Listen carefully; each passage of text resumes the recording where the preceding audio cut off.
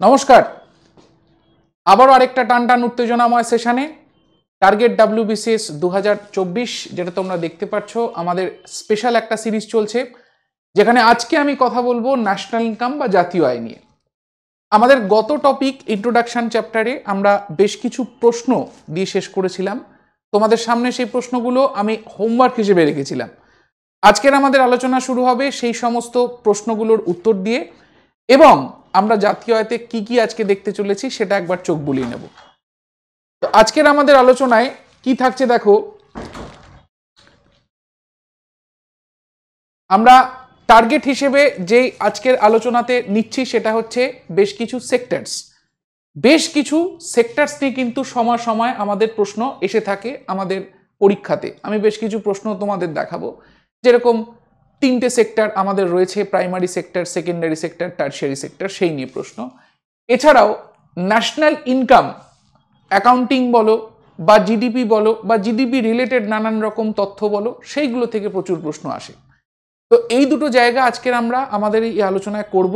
ভীষণ ইম্পর্টেন্ট আলোচনা থাকবে। আমরা এই আলোচনায় দেখব যে নতুন যে মেথড GVA, যে মেথডের সাহায্যে 2015 সালের পর থেকে আমাদের ভারতের জাতীয় আয় গণনা করা হচ্ছে, সেই মেথডটা সম্পর্কেও।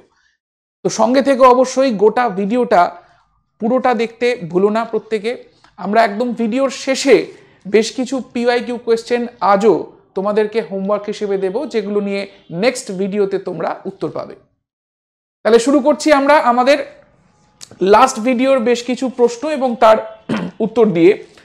লাস্ট ভিডিওতে প্রশ্ন ছিল হচ্ছে 2015 সালের প্রিলিমস থেকে, an economy may be analytically classified into, এটা হচ্ছে ওই সেক্টর স্পেসিফিক যে আলোচনাটা আমরা বলি যে কটা সেক্টরে ভাগ করা যায়, সেই আলোচনা, primary, secondary, tertiary.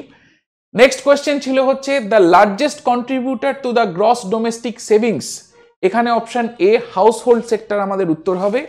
Next question ছিল আমাদের unorganised sector of India is characterised by, 2017 প্রিলিমসের প্রশ্ন, এখানে অপশন সি উত্তর হবে।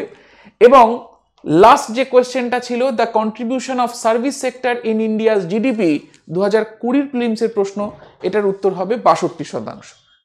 তো এই হচ্ছে 4টে প্রশ্ন যেটা লাস্ট দিন আমরা দেখেছিলাম একদম শেষে। আজকের আমাদের আলোচনা শুরু হচ্ছে আমাদের সেক্টরস অফ ইকোনমি, যেখানে আমরা 3টে সেক্টরের কথা বলে থাকি। বন্ধুরা, এই যে আমাদের 3টে সেক্টর রয়েছে, তোমাদের একটু মনে হয় দেখতে অসুবিধা হচ্ছে, একটা মিনিট আমি একটু চেষ্টা করছি যদি এটাকে ঠিক করা যায়।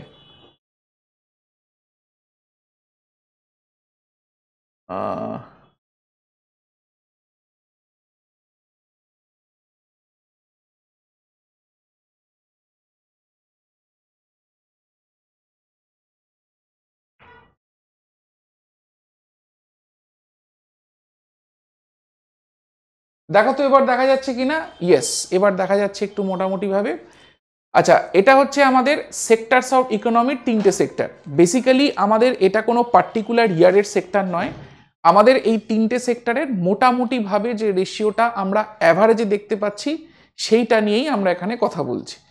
ঠিক আছে, এখানে সব থেকে বড় চাঙ্ক যেটা তোমরা দেখতে পাচ্ছ সেটা হচ্ছে আমাদের সার্ভিস সেক্টরের। সব থেকে বড় চাঙ্ক হচ্ছে আমাদের সার্ভিস সেক্টরের। ঠিক আছে, এখানে তোমরা দেখো সার্ভিস সেক্টর হচ্ছে এটা, ইয়েলোটা হচ্ছে, এটা হচ্ছে আমাদের সার্ভিস সেক্টর। তারপরে আমরা দেখতে পাচ্ছি এটা হচ্ছে আমাদের ইন্ডাস্ট্রিয়াল সেক্টর, এবং এটা হচ্ছে আমাদের প্রাইমারি সেক্টর, বা এটাকে আমরা এগ্রিকালচারালও বলে থাকি, এগ্রিকালচার অ্যান্ড অ্যাসোসিয়েট সেক্টর। ঠিক আছে, তো এই হচ্ছে 3টে আমাদের জেনারেলি, এই 3টে সেক্টর বা খাত যেটাকে আমরা বলি, এটা হচ্ছে আমাদের জিডিপিতে দেখতে পাওয়া যায়, এবং প্রপোর্শনটা এরকম থাকে। সময়ের সঙ্গে সঙ্গে আমরা দেখতে পাচ্ছি এই যে আমাদের সার্ভিস সেক্টর রয়েছে, এই সার্ভিস সেক্টরটাকে অনেকটা বেশি এক্সপ্যান্ড হতে আমরা দেখতে পাচ্ছি। সব থেকে বেশি আমাদের জিডিপিতে এরই কন্ট্রিবিউশন থাকে। কিছুক্ষণ আগে একটা প্রশ্নতে আমরা যেটা দেখলাম সেটা হচ্ছে অ্যারাউন্ড 62%-এর মতো। এবং বাকি যেখানে দেখতে পাচ্ছি যে দুটো সেক্টর রয়েছে, তার মধ্যে ইন্ডাস্ট্রিতে মাঝামাঝি থাকে, এবং আমাদের এগ্রিকালচারে যত সময়ের সঙ্গে সঙ্গে আমরা দেখতে পাচ্ছি যে এখানে কন্ট্রিবিউশনটা দিনকে দিন কমে যাচ্ছে। তো এই যে তিনটে সেক্টর, এই তিনটে সেক্টরের কি ডেফিনেশন রয়েছে, এই তিনটে সেক্টরকে কিভাবে আমরা আইডেন্টিফাই করব, এবং সবশেষে এই তিনটে সেক্টরকে আমরা আর কি নামে জেনে থাকি এটাও একটু জানাটা প্রয়োজন। কারণ কি অনেক সময় আমাদের প্রশ্ন আসে কোনো একটা সেক্টরকে তুলে, হয়তো জিজ্ঞাসা করলো যে আচ্ছা এই যে আমাদের সেক্টরটা রয়েছে এটা কোন সেক্টরের মধ্যে পড়ছে। তো বেসিক্যালি এই যে আমাদের এগ্রিকালচারাল অ্যান্ড অ্যাসোসিয়েট সেক্টরস, এটাকে আমরা প্রাইমারি সেক্টরও বলে থাকি। এটাকে আমরা এগ্রিকালচার অ্যান্ড অ্যাসোসিয়েট সেক্টর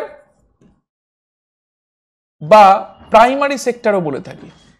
ঠিক আছে, সেকেন্ডারি সেক্টর যেটা রয়েছে এটাকে আমরা ইন্ডাস্ট্রিয়াল সেক্টরও বলে থাকি, ইন্ডাস্ট্রিয়াল সেক্টরও বলে থাকি, এবং এই যে আমাদের টারশিয়ারি সেক্টর এটাকে আমরা সার্ভিস সেক্টরও বলে থাকি, বা সার্ভিস সেক্টর যেটা রয়েছে সেটাকে আমরা টারশিয়ারি সেক্টরও বলে থাকি। ঠিক আছে, তো এই তিনটে জিনিস আমাকে মাথায় রাখতে হবে যে আর কি নামে জানা যায়। এবার যদি আমরা ডেফিনেশনের কথা বলি বা বলি মনে রাখার ক্ষেত্রে আমরা কি কি জিনিস প্রয়োগ করতে পারি, সেক্ষেত্রে সবসময় মাথায় রাখবে আমাদের প্রকৃতি বা নেচারের সঙ্গে যেটা জড়িত সেটাকে আমরা প্রাইমারি সেক্টরে রাখবো। যেরকম দেখবে ইকোলজিতে তোমরা হয়তো পড়েছো প্রাইমারি প্রডিউসার্স, মানে আমরা দেখতে পাই উদ্ভিদকে প্রাইমারি প্রডিউসার্স হিসেবে, তারা প্রথম খাদ্য উৎপাদক। তার থেকে সেই খাদ্য আমরা দেখতে পাচ্ছি যে হার্বিভোরাসরা, এবং সেখান থেকে কার্নিভোরাসরা, এবং সেখান থেকে ওমনিভোরাসরা খাচ্ছে, তাই না? এটা আমরা দেখতে পাচ্ছি একটা ফুড চেনের মধ্যে পড়ছে। তো প্রাইমারি উৎপাদক বা প্রাথমিক উৎপাদক হচ্ছে আমাদের গাছ, যেখান থেকে এই পুরো চেনটা শুরু হচ্ছে। তো ঠিক সেভাবে আমাদের যে উৎস, যেখান থেকে শুরু, যেটা আমাদের প্রকৃতি, সেখান থেকেই তো আমরা সবকিছু পাচ্ছি। আজকে আমরা রিনিউয়েবল এনার্জির যে বায়ু সেটাও প্রকৃতি, যে জল সেটাও প্রকৃতি, যে আমাদের নন রিনিউয়েবল এনার্জির মধ্যে কয়লা, খনিজ তেল, সেটাও আমাদের প্রকৃতি। তো এভরিথিং ইজ নেচার, যেখান থেকে শুরু হচ্ছে। তো এই যে আমাদের উৎস বা এই যে আমাদের সূত্রপাত, এইটা হচ্ছে আমাদের কি না প্রাইমারি সেক্টর। তো এই উৎস বা সূত্রপাতটাকে আমরা এভাবেও বলতে পারি যে যেখানে যেখানে আমরা প্রকৃতির কথা জানতে পারি, যেখানে যেখানে আমরা প্রকৃতিকে দেখতে পারি, সেইটা হচ্ছে আমাদের primary sector. Primary sector is all about which is talking about the source, একদম শুরু বা নেচার, সেটাই হচ্ছে আমাদের প্রাইমারি সেক্টর। যেরকম প্রাইমারি সেক্টরে এগ্রিকালচার রয়েছে, প্রাইমারি সেক্টরে আমরা এর সঙ্গে সঙ্গে রাখতে পারি তোমার বলতে পারো ফিশারিজ, মাছ। ঠিক আছে, আমরা বলতে পারি সেখানে আমরা আরও যে সমস্ত হর্টিকালচার, পিসিকালচারগুলো করে থাকি সেগুলোর কথা, যেগুলো উৎস হিসেবে আমরা দেখতে পাচ্ছি প্রকৃতি থেকে আমাদের কাছে কিছু আসছে। ইন্ডাস্ট্রিয়াল সেক্টর মানে যেখানে মেশিন ছাড়া কোনো কাজ করা সম্ভব নয়, সেটাকে আমরা ইন্ডাস্ট্রিয়াল সেক্টরের মধ্যে রাখবো। হতে পারে যে প্রাইমারি সেক্টর থেকে কোনো একটা প্রোডাক্ট নিয়ে আমরা মেশিনের মাধ্যমে ইন্ডাস্ট্রিয়াল সেক্টরে আমরা কাজ করছি। যেরকম আমরা ফুড প্রডিউসিং বলতে পারি। ঠিক আছে, ফুড প্রোডাকশন, আমরা যদি ফুড প্রোডাকশন বলি তাহলে সেটা চলে আসবে হচ্ছে আমাদের কিসের মধ্যে, উৎসের মধ্যে বা প্রাইমারি। কিন্তু আমরা যদি ফুড প্রসেসিং বলি তাহলে সেই ফুড প্রসেসিং কিসের মধ্যে চলে আসবে, এই ফুড প্রসেসিংটা কিন্তু কখনোই মেশিন ছাড়া বা টেকনোলজি ছাড়া সম্ভব নয়, তাহলে স্বাভাবিক ব্যাপার সেটা চলে আসবে আমাদের সেকেন্ডারিতে। আর তৃতীয়ত এই গোটা জিনিসটার সঙ্গে আমরা দেখলাম যেটা অ্যাসোসিয়েটেড বা যেটা আমরা দেখতে পাচ্ছি আসল কাজটা করছে, সেটা হচ্ছে মানুষ। যখন কোনো কিছু প্রকৃতির সঙ্গে অ্যাসোসিয়েটেড নয়, যখন কোনো কিছু মেশিনের সঙ্গে অ্যাসোসিয়েটেড নয়, তখন সেই জিনিসটা কি হবে, মানুষের সঙ্গে অ্যাসোসিয়েটেড থাকবে, এবং এটাকে আমরা বলবো হচ্ছে সার্ভিস সেক্টর বা টারশিয়ারি সেক্টরের অন্তর্গত। যেরকম আমরা ব্যাংকিং পরিষেবা, যেরকম আমরা টিচিং, ঠিক আছে, যেরকম আমরা হসপিটালিটি ম্যানেজমেন্ট,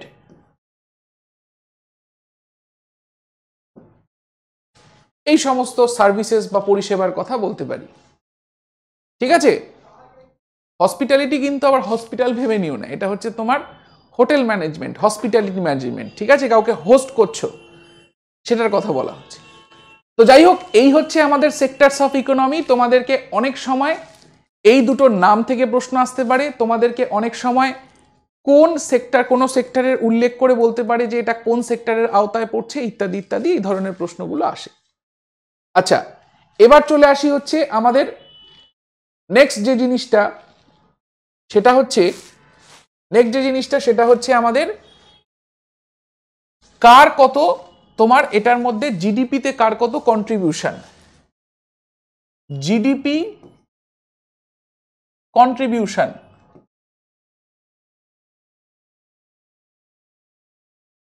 এটাকে আমরা একটা ত্রিভুজের মাধ্যমে বোঝার চেষ্টা করব।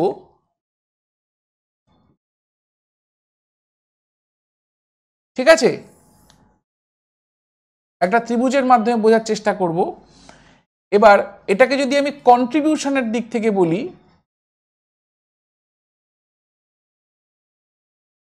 তাহলে সবার ওপরে আমরা দেখতে পাচ্ছি হচ্ছে কাকে না, সবার ওপরে আমরা দেখতে পাচ্ছি যে এগ্রিকালচারাল সেক্টর,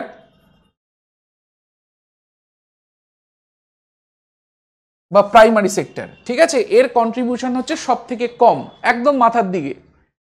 তারপরে নেক্সট হচ্ছে আমাদের ইন্ডাস্ট্রিয়াল সেক্টর, যাতে কন্ট্রিবিউশন একটু মাঝারি, এবং সবার শেষে হচ্ছে আমাদের টারশিয়ারি বা সার্ভিস সেক্টর, যেখানে আমরা কিছুক্ষণ আগে দেখলাম প্রায় ৬২%, তাই না? প্রায় ৬২% হচ্ছে আমাদের কন্ট্রিবিউশন। ঠিক আছে, এই হচ্ছে আমাদের কন্ট্রিবিউশন ইন জিডিপি, জিডিপিতে কার কত কন্ট্রিবিউশন রয়েছে।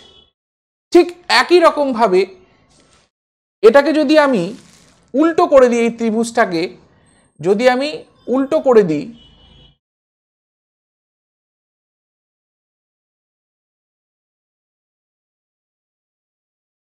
তাহলে একই রকম ভাবে আমরা কি দেখতে পারবো, যেই এগ্রিকালচারাল সেক্টর যেটাতে কন্ট্রিবিউশন আমরা দেখতে পাচ্ছি, যার কন্ট্রিবিউশন আমরা দেখতে পাচ্ছি ইনকামের ক্ষেত্রে সব থেকে কম, তার সঙ্গে সব থেকে বেশি সংখ্যক জনসংখ্যা, এটা হচ্ছে আমাদের পপুলেশন,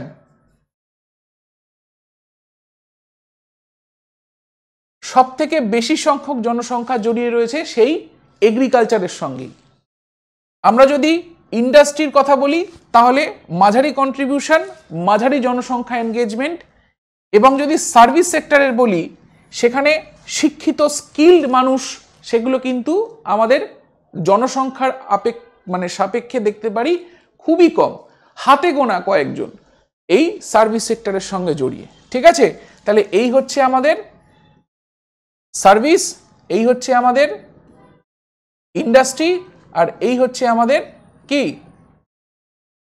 এই হচ্ছে আমাদের এগ্রিকালচার। বুঝতে পারলাম? ক্লিয়ার হলো?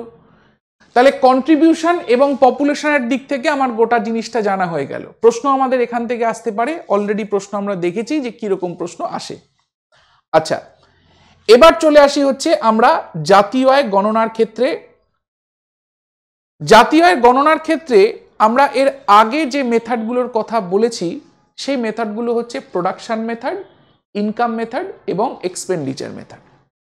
এই যে মেথড তিনটে রয়েছে, এই মেথড তিনটে আমরা দেখতে পারি বিখ্যাত ইকোনমিস্ট তার এক থিওরিতে এইটা নিয়ে কথা বলেছেন, তার নাম হচ্ছে সাইমন কুজনেটস। এই সাইমন কুজনেটস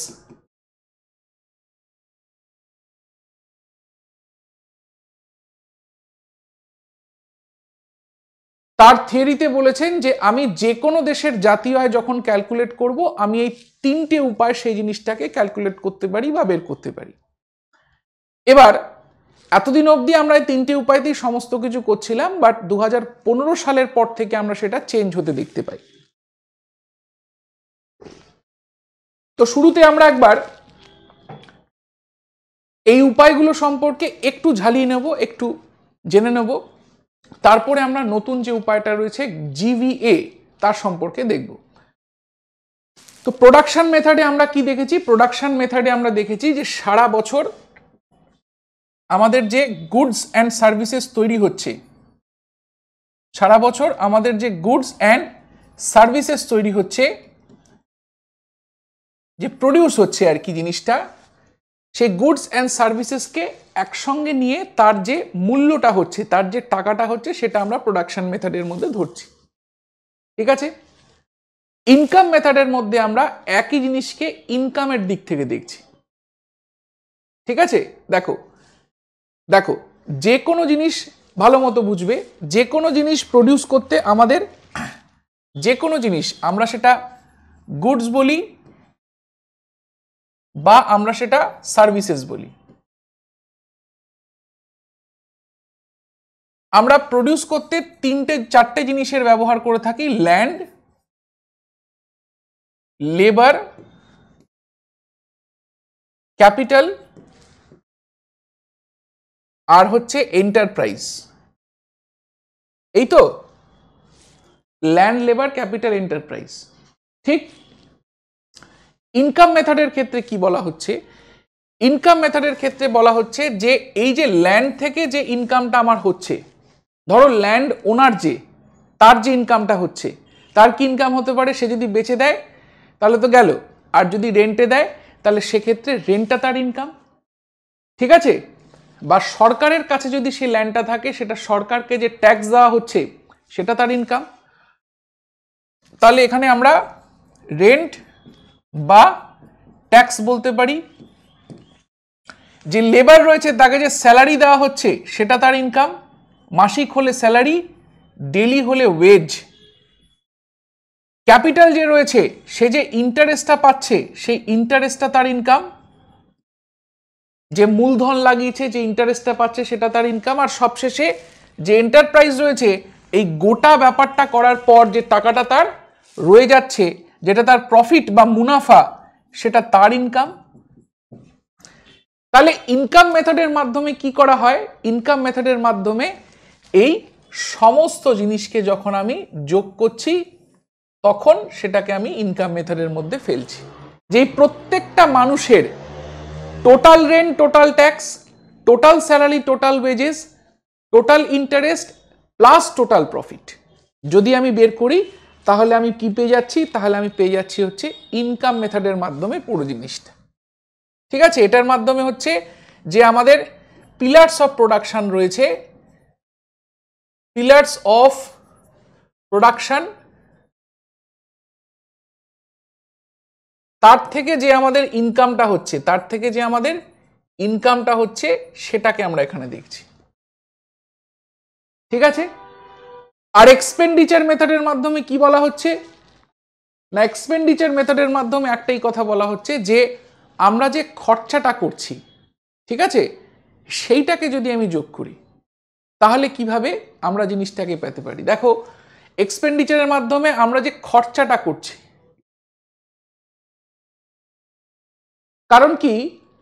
কারণ কি একটা সমীক্ষায় বলা হচ্ছে যে আমরা যে জিনিসটা ইনকাম করি সেটা খরচার জন্যই করি।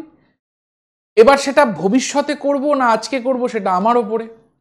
আমি যেটা আজকে করছি সেটা আমার খরচা, আর যেটা আমি ভবিষ্যতে খরচা করব বলে রাখছি সেটা হচ্ছে আমার সেভিংস। তাই তো, আমি সেভিংস কিসের জন্য করি? ভবিষ্যতে হয়তো কোথাও ঘুরতে যেতে পারি, ভবিষ্যতে কোনো এমার্জেন্সি হতে পারে, ভবিষ্যতে কোনো শরীর খারাপ হলে লাগতে পারে, নানান কারণে আমরা সেটাকে সেভ করি। তার মানে ভবিষ্যতে খরচার জন্য। তো খরচা আমরা যখন করি তখন সেটাকে যখন আমরা হিসাব করছি সেটাকে আমরা বলছি হচ্ছে এই এক্সপেন্ডিচার মেথডের মাধ্যমে পুরো জিনিসটা করা হচ্ছে। ঠিক আছে, তাহলে প্রোডাকশন হলো, তাহলে ইনকাম হলো, তাহলে আমাদের এক্সপেন্ডিচার মেথড হলো। কারেক্ট? আচ্ছা, তো এই যে আমাদের মেথডগুলো, এই মেথডগুলো হচ্ছে আমাদের পুরনো মেথড। নতুন কি মেথড রয়েছে যার জন্য আমরা এত ডিটেলসে এই মেথডগুলো দেখলাম না। তোমরা চাইলে অবশ্যই আমার অন্যান্য লেকচারগুলো ফলো করো, সেখানে ডিটেলসে কিন্তু রয়েছে। ওয়ান শট ভিডিও সিরিজ যেখানে রয়েছে সেখানে আমি কিছুটা হলেও ডিটেলসে বলেছি। ঠিক আছে, আচ্ছা, এবার চলে আসি যেটা নিয়ে আমাদের ডিটেলসে জানাটা প্রয়োজন, সেটা হচ্ছে 2015 সালের পর থেকে কি কি চেঞ্জেস, এবং সেই চেঞ্জেসের সঙ্গে আমরা এই মেথড অফ ক্যালকুলেশনে কি কি চেঞ্জ করেছি। দেখো, আমাদের যে 2015 সাল, তারপরে সেন্ট্রাল স্ট্যাটিস্টিক্স অফিস জানুয়ারি 2015 সাল থেকে বেশ কিছু চেঞ্জেস নিয়ে এসছে। তার মধ্যে সবার প্রথমে যে জিনিসটা চেঞ্জ করা হয়েছে সেটা হচ্ছে বেস ইয়ার। বেস ইয়ার কখন আমরা ধরি না, বেস ইয়ার যখন আমরা ধরি সেটা হচ্ছে আমাদের যখন জাতীয় আয়তে যেহেতু পুরো জিনিসটা টাকায় বের করতে হয়, সেই জন্য বেস ইয়ারটা প্রয়োজন হয় হচ্ছে আমাদের কনস্ট্যান্ট প্রাইস হিসেবে। মানে আমরা ধরে নিচ্ছি 2011-12 সালে যে জিনিসের যা দাম সেটাই হচ্ছে সেই জিনিসটার আসল দাম। ঠিক আছে, এটাকে আমরা স্থির দাম অনেক সময় বলি। মানে কোনো জিনিসের 2011-12 সালে যা দাম সেটাই হচ্ছে তার স্থির দাম বা কনস্ট্যান্ট প্রাইস, সেটাই হচ্ছে তার স্থির দাম বা কনস্ট্যান্ট প্রাইস। ঠিক আছে, এবার ধরো জাতীয় আয় গণনার ক্ষেত্রে আমরা বললাম যে 5000টা টি শার্ট তৈরি হচ্ছে, 2000টা প্যান্ট তৈরি হচ্ছে, 3000টা ঘড়ি তৈরি হচ্ছে, 5000 গাড়ি তৈরি হচ্ছে। ঠিক আছে, 10,000 ছাত্রছাত্রী স্কুলে পড়াশোনা করছে। তো এইগুলো কি গুডস অ্যান্ড সার্ভিস। এবার এটার যখন মূল্যাঙ্কন করা হবে, এটা যখন কত দাম আমরা ঠিক করব, তখন আমরা ধরে নেব যে 11-12 সালে সেই 5000 গেঞ্জির কত দাম হতো, সেই 2000 প্যান্টের কত দাম হতো, সেই 5000 বা 1000 জন শিক্ষার্থী কত ফিস দিত, সমস্ত কিছু 2011-12 সালের যা দাম সেটাকে কনস্ট্যান্ট প্রাইস হিসেবে ধরা হচ্ছে। এবার এই একই জিনিস যখন আমি 2011-12 জায়গায় 2023-24 সালে বের করছি, এই একই জিনিসের দাম যখন আমি 2023-24 সালে বের করছি, তখন এটাকে আমি বলছি হচ্ছে কারেন্ট। কারণ কি এটা রিসেন্ট সময় বের করছি, এটাকে আমি বলছি হচ্ছে কারেন্ট প্রাইস। ঠিক আছে, তো এই যে কনস্ট্যান্ট প্রাইস, এই কনস্ট্যান্ট প্রাইস বের করার জন্য আমার প্রয়োজন হচ্ছে একটা বেস ইয়ার। আগে 2004-05 ছিল, এখন 2011-12 হয়েছে।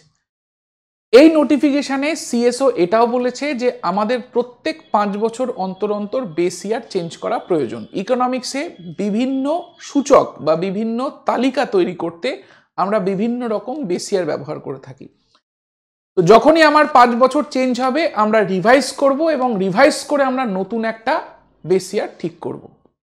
এটা হচ্ছে প্রথম সাজেশন আমাদের সিএসওর।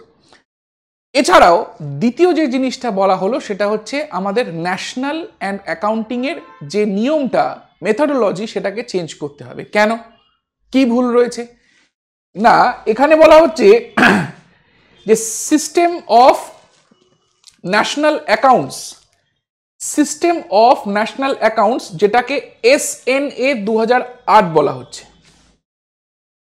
এটা অনুযায়ী ভারতবর্ষে যে অ্যাকাউন্টিং প্রসেসটা বা প্রসিডিওরটা আমরা ফলো করি, দ্যাট ইজ কিছুক্ষণ আগে যেটা দেখলাম, প্রোডাকশন মেথড, ইনকাম মেথড এবং এক্সপেন্ডিচার মেথড, এটা গ্লোবালি অ্যাকসেপ্টেড ফর্ম নয়।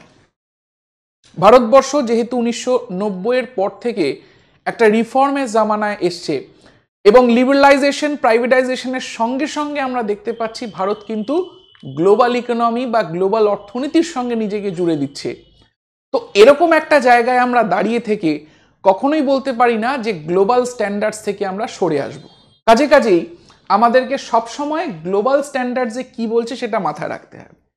তো আমরা এতদিন অবধি যাই ফলো করে থাকি না কেন, যতই সেটা ঠিক বা ভুল হোক না কেন, আমাদেরকে যখন বলা হলো যে SNA কি ফুল ফর্ম না, সিস্টেম অফ ন্যাশনাল অ্যাকাউন্টস, এই হিসেবে আমাকে আমাদের জাতীয় আয় গণনা করতে হবে, আমরাও ঠিক সেইভাবেই সেই জিনিসটা করলাম। কারণ এটা হচ্ছে ইন্টারন্যাশনালি অ্যাকসেপ্টেড একটা স্ট্যান্ডার্ড।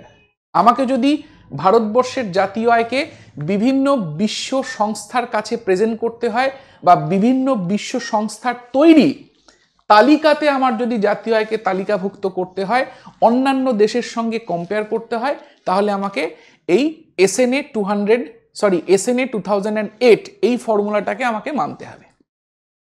এখানে বলা হলো আমরা এই যে গোটা বছরে কি উৎপাদন হচ্ছে সেটা ধরছি বা একজন কত কামাচ্ছে সেটা ধরছি, সেই জায়গায় আমরা প্রত্যেকটা লেভেলে যে ভ্যালু অ্যাড হচ্ছে তাকে আমরা ধরার চেষ্টা করব। আমরা কোনো ফাইনাল গুডসকে ধরার চেষ্টা করব না, বা ফাইনাল প্রোডাক্টকে ধরার চেষ্টা করব না। একবার বুঝে নি কি বলছে আমাদের গ্রস ভ্যালু অ্যাড। দেখো গ্রস ভ্যালু অ্যাডে কি বলা হচ্ছে, ধরো আমরা একটা প্রোডাক্ট বানাচ্ছি, কি না চেয়ার। আমরা একটা প্রোডাক্ট বানাচ্ছি যেটা হচ্ছে আমাদের চেয়ার, এবং এই প্রোডাক্ট বানাতে আমাদের এই তিনটে প্রসিডিওর, সিম্পল তিনটে প্রসিডিওর আমাদের লাগছে। কোনো কোনো ক্ষেত্রে 5, 6, 10 অনেক রকমের লাগতে পারে। তো আমরা আমাদের বাড়ির কাছে একটা কাঠের গুঁড়ি দেখতে পেলাম, যেটা যেহেতু পড়েছিল সেই জন্য এটার কোনো দাম আমরা ধরছি না। এটাকে সমিল তোমরা শুনেছো নিশ্চয়ই, কাঠগোদাম। সেখানে আমরা দেখতে পাচ্ছি যে এখানে কেটে এটাকে এরকম তক্তা বানানো হলো, এবং তক্তা বানানোর পর এই তক্তাগুলোর দাম হলো 1000 টাকা। কারণ কি, যারা ফার্নিচার তৈরি করে তাদের কাছে এই জিনিসটার খুব ভ্যালু রয়েছে। তারা জানে যে এই ভ্যালুটা, এই তক্তাগুলো দিয়ে তারা খুব সহজেই একটি 2000 টাকার কি না চেয়ার তারা বানাতে পারবে। পরিষ্কার, ক্লিয়ার হচ্ছে? তাহলে এখানে একটা কাঠের গুঁড়ি, সেখান থেকে তক্তা, এবং সেখান থেকে আমরা দেখতে পাচ্ছি চেয়ার তৈরি হচ্ছে। ঠিক আছে? তো আমরা আগে কি দেখতাম, আমরা আগে যখন প্রোডাকশন মেথডের মাধ্যমে পুরো জিনিসটা করছি, তখন আমরা দেখতাম প্রোডাকশন মেথডের মাধ্যমে যে ফাইনাল গুডস অ্যান্ড সার্ভিসেসকে ধরা হতো। ফাইনাল গুডস অ্যান্ড সার্ভিসেস, তাই তো? মানে পুরো প্রোডাকশন চেনের একদম শেষ প্রোডাক্ট, যার পরে কোনো ভ্যালু অ্যাডিশন সম্ভব নয়। এটা হচ্ছে ফাইনাল গুডসের সংজ্ঞা, যে এমন একটা পদার্থের পর্যায় যার পরে কোনো রকমভাবে সেটাকে আমরা ইউজ করতে পারছি না। মানে ধরো আজকে যদি সুতো থেকে তুলো থেকে সুতো থেকে জামা, সেই জামাটা তো আর পরে ইউজ করতে পারবো না। আমরা পারবো কি? হয়তো পরতে হবে, নয়তো ফেলে দিতে হবে, এই তো। ঠিক সেরকম ভাবে এটাখানে বলা হচ্ছে যে প্রোডাকশনের যে স্টেজ রয়েছে, সেই প্রত্যেকটা স্টেজের মধ্যে এমন একটা স্টেজ এখানে কথা বলছি আমরা, যেটার পরে কোনো রকম কোনো ভ্যালু অ্যাডিশন সম্ভব নয়। তো ফাইনাল স্টেজ মানে তারপরে কোনো কিছু অ্যাড হবে না। তো এইটাকে আমরা নিচ্ছি। তাহলে হিসেব মতো আমরা চেয়ারের কত দাম ধরবো? ন্যাশনাল ইনকামে প্রোডাকশন মেথডের সাহায্যে, ন্যাশনাল ইনকামে প্রোডাকশন মেথডের সাহায্যে আমরা চেয়ারের দাম ধরবো 2000 ফাইনাল। ঠিক আছে? নতুন মেথডে বলা হচ্ছে, নিউ মেথড অনুযায়ী আমরা ফাইনাল না ধরে প্রত্যেকটা যে স্টেজে ভ্যালু অ্যাড হচ্ছে সেটাকে আমরা ধরবো। তাহলে কি হচ্ছে স্যার, এটা ভ্যালু কি অ্যাড হচ্ছে? দেখো এখানে কি বলা হচ্ছে, এখানে বলা হচ্ছে যে 0 টাকা থেকে 1000 টাকার আমরা লগস বানাচ্ছি, উডেন লগস। তো এটা কত 1000 টাকার ভ্যালু অ্যাড করলো কিনা? Yes or no? ঝটপট করে কমেন্ট হবে। 0 থেকে 1000, এখানে 1000 টাকার ভ্যালু ক্রিয়েট করলো। এবার এই 1000 টাকার লগস দিয়ে আরো 2000 টাকার, মানে এখানে আমি আরো 1000 টাকা ভ্যালু অ্যাড করলাম, কি তাই তো? আমি আরো 1000 টাকার ভ্যালু অ্যাড করলাম। তাহলে গ্রস ভ্যালু অ্যাডেড। ঠিক আছে? গ্রস এর ফুল ফর্ম হচ্ছে গ্রস ভ্যালু অ্যাডেড। এই মেথডের সাহায্যে আমরা এটাই দেখছি যে আমরা টোটাল কত ভ্যালু অ্যাড করলাম। তাহলে এখানে আমরা জিভি এর সাহায্যে যদি এনআই বার করি, ন্যাশনাল ইনকাম যদি আমি জিভিএ মেথডের সাহায্যে বার করি, তাহলে কি হবে স্যার? এটা হবে হচ্ছে 1000 প্লাস 1000, এটাও 2000। ঠিক আছে? উত্তর যদিও দুটোতে সমান এলো, কিন্তু আমাদের ন্যাশনাল এসএনএ কি বলছে, সিস্টেম অফ ন্যাশনাল অ্যাকাউন্টস, যেটা গোটা বিশ্বে প্রযোজ্য বা গোটা বিশ্বের তাবড় অর্থনীতি যেটাকে ফলো করে, সেটা বলছে এই জিবিএ হচ্ছে সব থেকে সায়েন্টিফিক মেথড। সুতরাং আপনারা আগে কি করছিলেন, সেখান থেকে সরে এসে আপনারা জিবিএতে ফোকাস করুন, গ্রস ভ্যালু অ্যাডেডের দিকে ফোকাস করুন। ক্লিয়ার? তো এই হচ্ছে আমাদের নতুন মেথড, যেটা 2015 সালের পর থেকে আমরা দেখতে পাচ্ছি চলছে। তার আগে ভারতবর্ষ কি করতো স্যার? তার আগে ভারতবর্ষ এক হচ্ছে তোমার ইনকাম, আরেকটা হচ্ছে ভারতবর্ষের প্রোডাকশন। এই দুটো মেথডের সাহায্যে জাতীয় আয় গণনা করা হতো। বিফোর, লিখে দিচ্ছি এখানে, before it was income method and production method, এখন গ্রস ভ্যালু এডেড। এক্সপেন্ডিচার মেথডটা ইউজ করা হতো না, শুধুমাত্র ভারতবর্ষে এই দুটো মেথডের সাহায্যে জাতীয় আয় গণনা করা হতো। পরিষ্কার? Any question still now? যদি কোনো প্রশ্ন থাকে তোমরা অবশ্যই ভিডিওর নিচে কমেন্ট করে জানাতে পারো, আমরা চেষ্টা করব সময় সময় তোমাদের উত্তর দেওয়ার। ঠিক আছে? তাহলে এই হচ্ছে আমাদের যেটা দেখলাম সেটা। আর কি বলছে? তৃতীয় আরেকটা কি চেঞ্জেস এসছে? তৃতীয় আরেকটা চেঞ্জেস এসছে হচ্ছে, আগে ভারতবর্ষের জাতীয় আয় আমরা কনস্ট্যান্ট কিসে বার করতাম?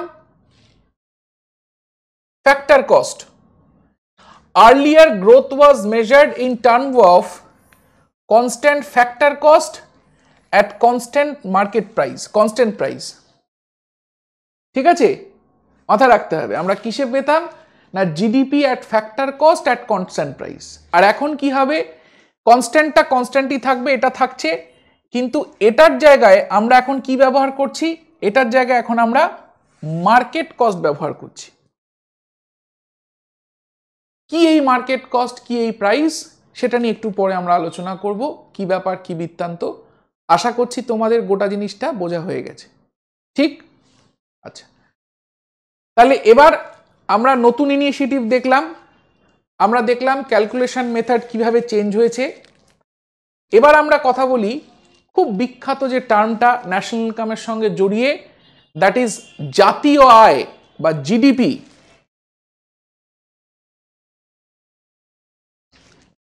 কাকে বলছি, কি ব্যাপার কি বৃত্তান্ত, খুব মন দিয়ে শুনবে, ভীষণ গুরুত্বপূর্ণ। প্রচুর পরীক্ষায় প্রশ্ন এসছে এবং প্রশ্নগুলো নিয়েও আমরা কথা বলেছি, তাই তো? তো কি আমাদের এই জিডিপি? এখানে দেখো জায়গাগুলোতে আমি আন্ডারলাইন করে দিয়েছি। এখানে বলছে মনিটারি ভ্যালু, ঠিক আছে, all final goods and services within the country এবং ডিউরিং আ ইয়ার। তাহলে এই যে শব্দগুলোর নিচে আমি আন্ডারলাইন করে দিয়েছি, তার কারণ হচ্ছে এই শব্দগুলো আমাকে খুব ভালো মতো বুঝলেই জিডিপিটা আমরা বুঝে যাব। ঠিক আছে? তাহলে কি জিনিস রয়েছে, আমরা একদম রিজনিংয়ে যেরকম পেছন থেকে আমরা করতে করতে করতে করতে আসি, ঠিক সেরকম এখানেও তাই করব। প্রথমে বুঝবো আমরা আ ইয়ার, তারপরে উইদিন দ্য বাউন্ডারি, তারপর ফাইনাল গুডস অ্যান্ড সার্ভিসেস, তারপর মনিটারি ভ্যালু। ঠিক আছে? বলছে আ ইয়ার মানে হচ্ছে একটা বছর। আমাদের ভারতবর্ষের ক্ষেত্রে জেনারেলি সেটা হচ্ছে একটা আর্থিক বছর, যেটা এপ্রিল মাস থেকে মার্চ মাস অবধি চলে যে কোনো বছরের। ঠিক আছে? তো এই সময়ের মধ্যে উইদিন দ্য বাউন্ডারি মানে হচ্ছে সীমানার মধ্যে, পরিষ্কার? ফাইনাল গুডস এন্ড সার্ভিসেস কিছুক্ষণ আগেই বললাম, পদার্থের এমন একটা পর্যায়ে যার পরে কোনো রকম ভ্যালু অ্যাড করা সম্ভব নয়, সেটাকে আমরা ফাইনাল গুডস এন্ড সার্ভিসেস বলছি। তার যে মূল্যাঙ্কন মানে টাকায় যে বার করা হচ্ছে, সেটাকে আমরা বলছি হচ্ছে জিডিপি। অবশ্যই জাতীয় আয় বের করছি, যে কোনো জিনিসের আয় বের করতে গেলে টাকাতেই বের করতে হবে। তো এই হচ্ছে আমার জাতীয় আয়ের সংজ্ঞা বা জিডিপির সংজ্ঞা। জিডিপি মানে হচ্ছে একটা দেশের বাউন্ডারির মধ্যে পুরো জিনিসটা হবে, এটুকুনি মাথায় রাখতে হবে। ঠিক আছে? বাকি সমস্ত কিছু সেম। এবার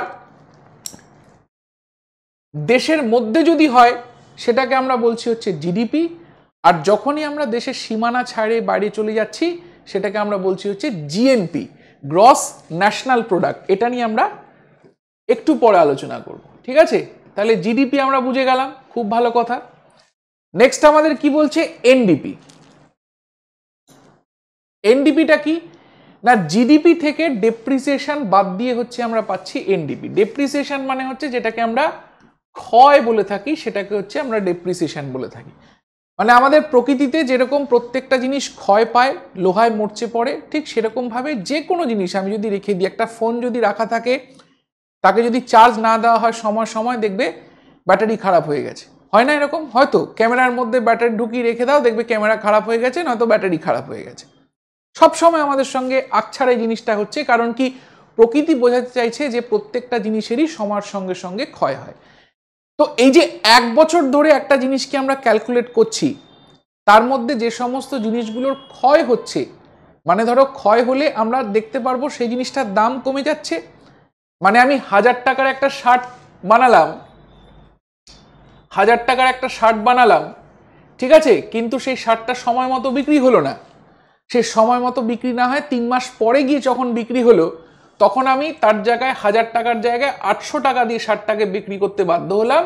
কারণ কি, যেহেতু সেটা সময় মতো বিক্রি হয়নি, সেই জন্য তার উপর একটা মিনিমাম ডিসকাউন্ট আমাকে দিতে হয়েছে। শুনেছো তো এরকম, পুজোর আগে দিয়ে এরকম প্রচুর ডিসকাউন্ট চলে, যে পুরনো ডিজাইনগুলো বেরিয়ে গিয়ে নতুন ডিজাইন নিয়ে আসা হচ্ছে, সময় মতো বিক্রি হয়নি, সুতরাং দাম কমাতে হয়েছে। তাহলে জাতীয় আয়তে আমি কখনোই 1000 টাকা ধরতে পারি না, কারণ কি আগে আমরা জিডিপিতে 1000 ধরে নিলেও এনডিপির ক্ষেত্রে আমাকে 200 টাকাটা কমিয়েই ধরতে হবে, ঠিক আছে। তো জিডিপি আমাকে কি বলছে? জিডিপি আমাকে বলছে যে কি না, সারা বছরে যত পরিমাণ গুডস এন্ড সার্ভিসেস তৈরি হয়েছে তার মূল্যাঙ্কন। এনডিপি আমাকে বলছে সেগুলো আসল মূল্যাঙ্কন কত, সেইগুলো আসলে কত টাকায় বিক্রি হচ্ছে। আমি তো 1000 টাকা ধরলাম, আমি একটা 10,000 টাকার ফোন বিক্রি করছি, আমি একটা 1000 টাকার শার্ট বিক্রি করছি, হতেই পারে। আমি একটা 2000 টাকার জ্যাকেট বিক্রি করছি, হতেই পারে। কিন্তু আসলে সেটা কত দামে বিক্রি হচ্ছে সেটা পাওয়া যাবে হচ্ছে আমাদের এনডিপিতে। পরিষ্কার? আচ্ছা, তাহলে এনডিপিটা আমার কাছে ক্লিয়ার হলো। সংজ্ঞা কি এনডিপির? যদি সমীকরণের কথা বলি, সমীকরণ হচ্ছে আমাদের NDP equals to GDP minus depreciation, বা যেটাকে আমরা ক্ষয় বলি। এবার চলে আসছি জিএনপি, যেটা আমি বললাম জিএনপি আর জিডিপির সামান্য পার্থক্য হচ্ছে একটাই, একটা হচ্ছে সীমানার মধ্যে, একটা হচ্ছে সীমানার বাইরে। সীমানার বাইরে। তাহলে জিএনপির ক্ষেত্রে কি হচ্ছে? জিএনপির ক্ষেত্রে আমরা ভারতবর্ষে কোনো একটা কোম্পানি যে কাজটা করছে সেটাকেও নিচ্ছি, আর সেই কোম্পানির বিদেশে যদি কোনো রকম ব্রাঞ্চ থাকে সেটাকেও আমরা নিচ্ছি। দুটোকে নিয়ে আমরা দেখছি হচ্ছে কি হচ্ছে না, গ্রস ন্যাশনাল প্রোডাক্ট। তো এখানে যদি আমি সমীকরণটা বলি, তাহলে এখানে কি না, GNP equals to GDP plus income from abroad, বা বিদেশ থেকে আয়। ইনকাম ফ্রম অ্যাব্রডকে আমরা আরেকটা কথায় বলতে পারি বিদেশ থেকে আয়, ঠিক আছে, বিদেশ থেকে আয়।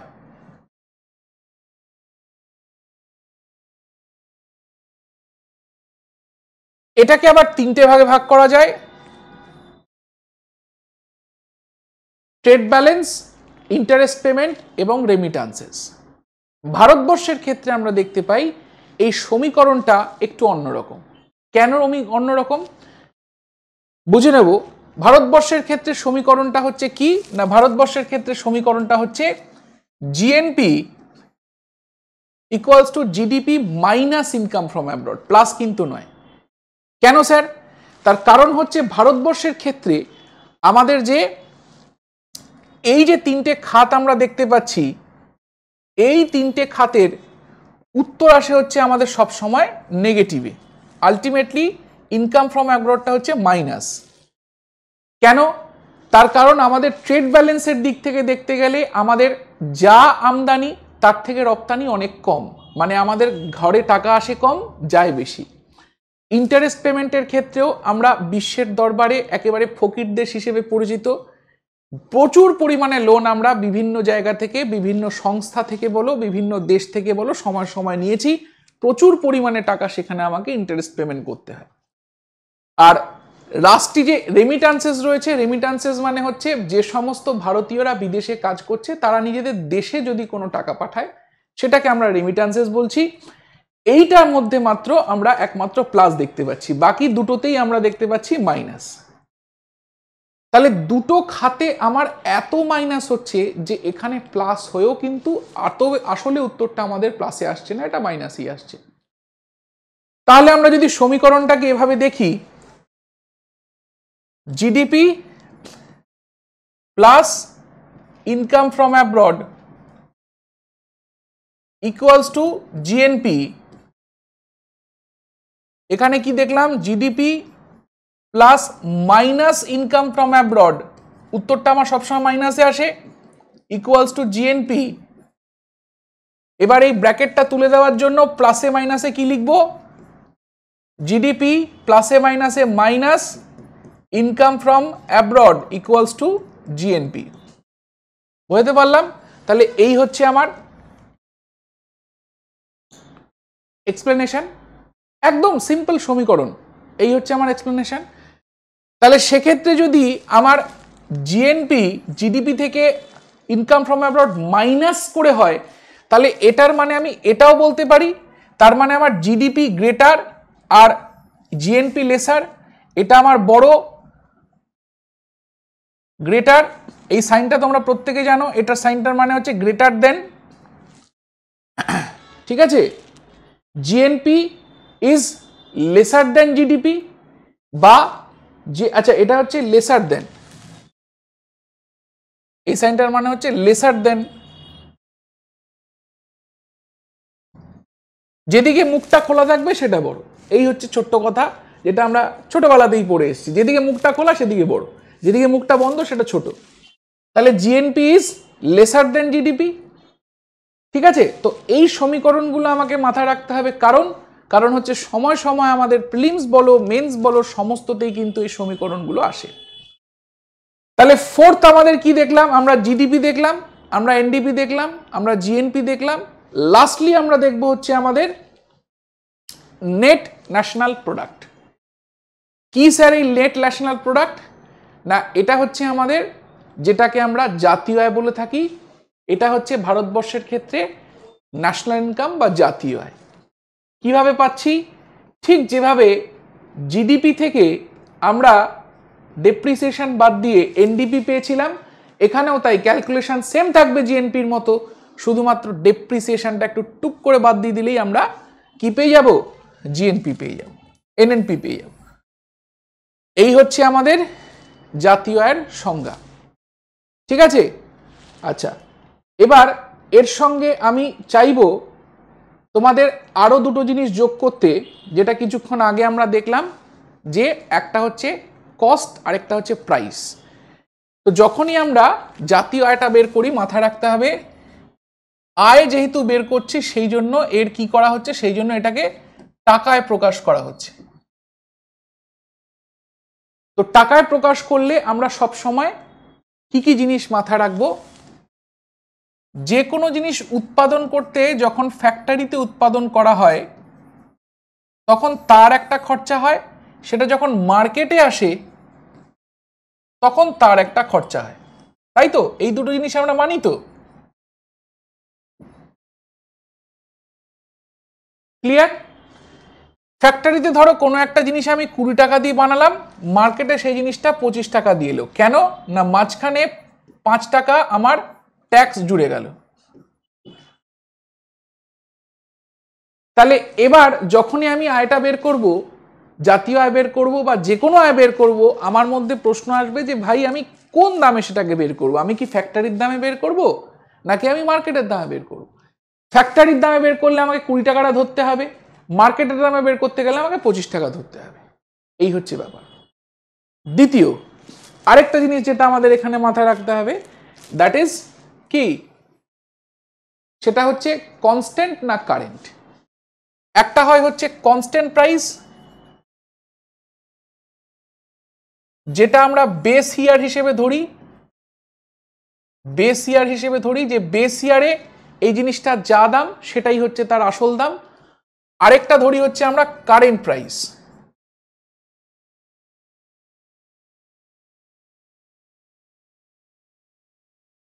ঠিক আছে, যেটা বর্তমান বা প্রেজেন্টের কথা বলে।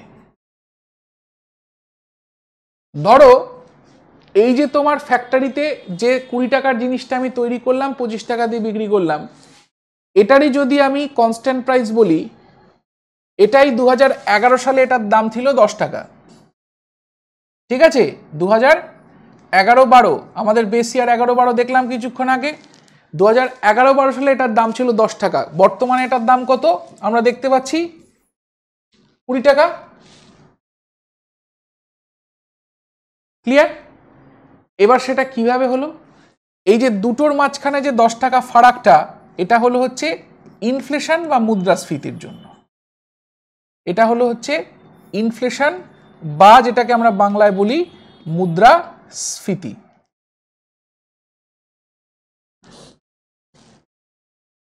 পরিষ্কার? তাহলে যখনই আমি জাতীয় আয় গণনা করব, আমাকে একটা জিনিস মাথায় রাখতে হবে, আমি ফ্যাক্টর কস্টে বার করব না মার্কেট কস্টে বার করব। দ্বিতীয় জিনিস মাথায় রাখতে হবে, আমি কনস্ট্যান্ট প্রাইসে বার করব না কারেন্ট প্রাইসে বার করব। এই দুটো জিনিস আমাকে মাথায় রাখতে হবে। তো আমাদের নতুন নিয়ম অনুযায়ী আমরা কি দেখলাম? নতুন নিয়ম অনুযায়ী আমরা দেখলাম আগে ফ্যাক্টর কস্টে হতো, এখন 2015 সালের পর থেকে আমরা মার্কেট প্রাইসে বের করছি, এবং কনস্ট্যান্ট প্রাইসের মধ্যে আমরা দেখতে পাচ্ছি যে 2015 সালে আমরা কনস্ট্যান্ট প্রাইসেই পুরো জিনিসটাকে দেখছি। এটা হচ্ছে আমার মাথায় রাখতে হবে। আরেকটা জিনিস যেটা মাথায় রাখতে হবে সেটা হচ্ছে ট্যাক্স অ্যান্ড সাবসিডিজ।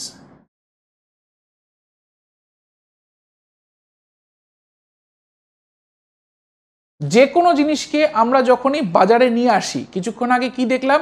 ফ্যাক্টরিতে তার একরকম দাম থাকে এবং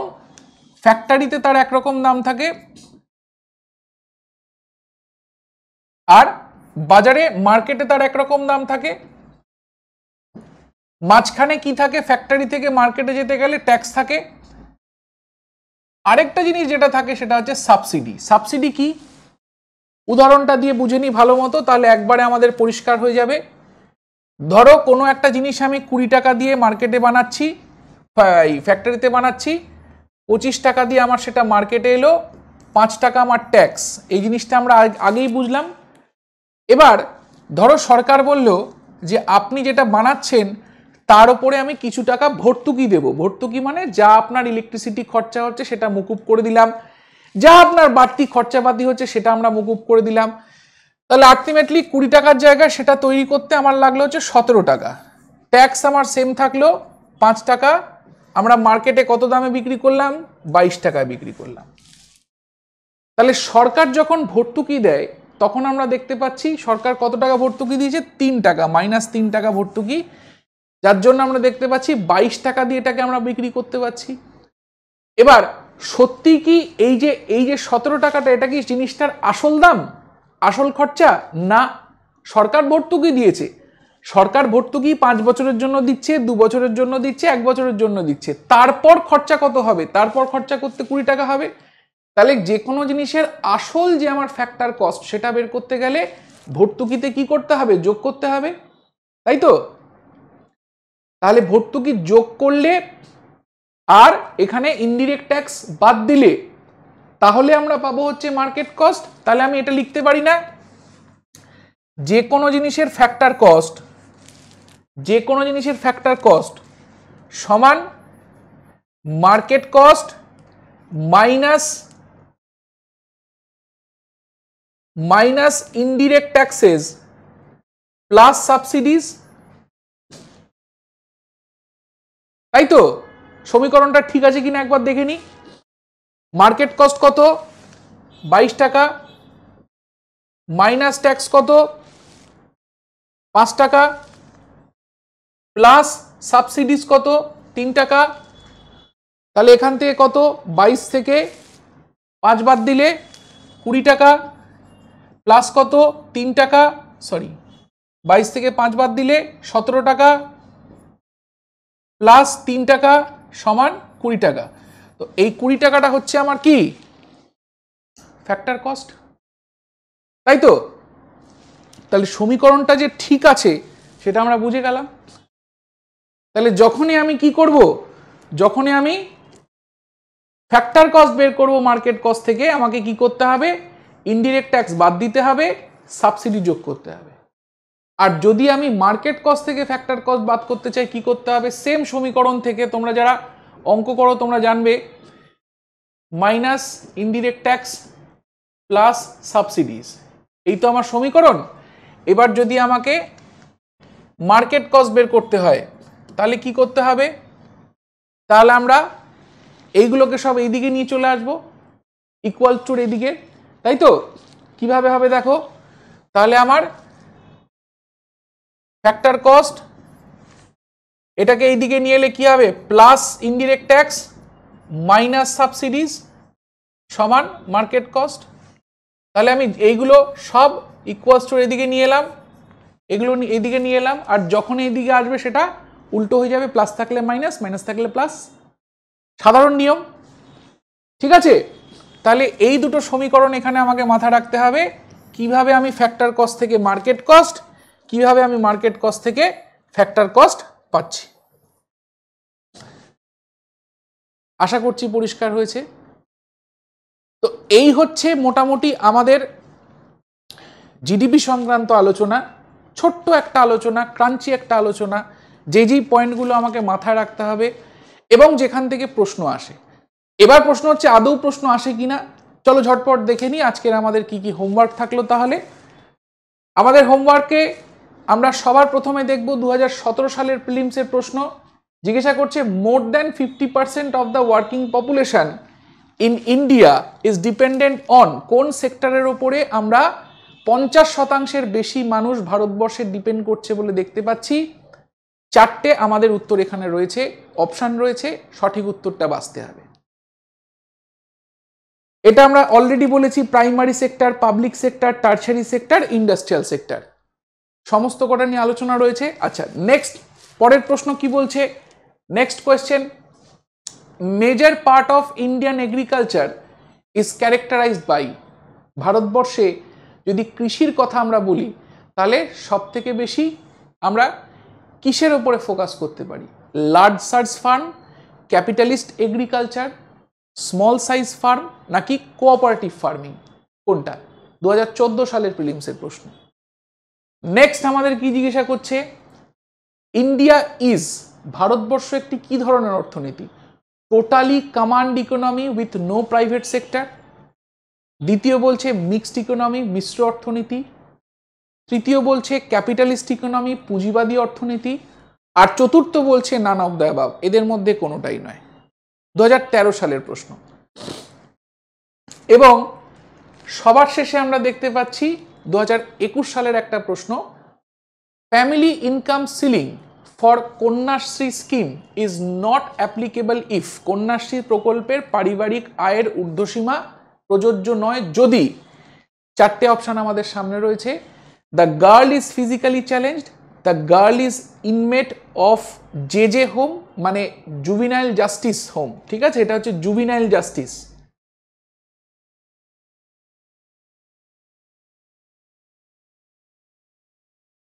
যারা তোমার ধরো হোমে চলে পাঠিয়ে দেওয়া হয় কোনো রকম অপরাধ করলে 18 বছরের নিচে, the girl has lost both parents আর অল অফ দ্য অ্যাবাভ। তাহলে এই চারটে প্রশ্ন তোমাদের জন্য থাকলো, 21 সালের এই প্রশ্নটাও তোমাদের জন্য থাকলো। আশা করছি এই যে আলোচনা ছিল ন্যাশনাল ইনকামের ওপরে, এই আলোচনাতে তোমরা ন্যাশনাল ইনকামের যেই পার্টগুলো পরীক্ষার জন্য ভীষণ গুরুত্বপূর্ণ সেইগুলো একবার চোখ বলে নিতে পারলে এবং ভীষণ ভালো লাগলো। অবশ্যই কমেন্টের মাধ্যমে জানিও ভিডিওতে আর কি কি জিনিস তোমরা দেখতে চাইছো এবং নেক্সট কোন টপিকের ওপরে তোমরা আলোচনা চাইছো। ধন্যবাদ।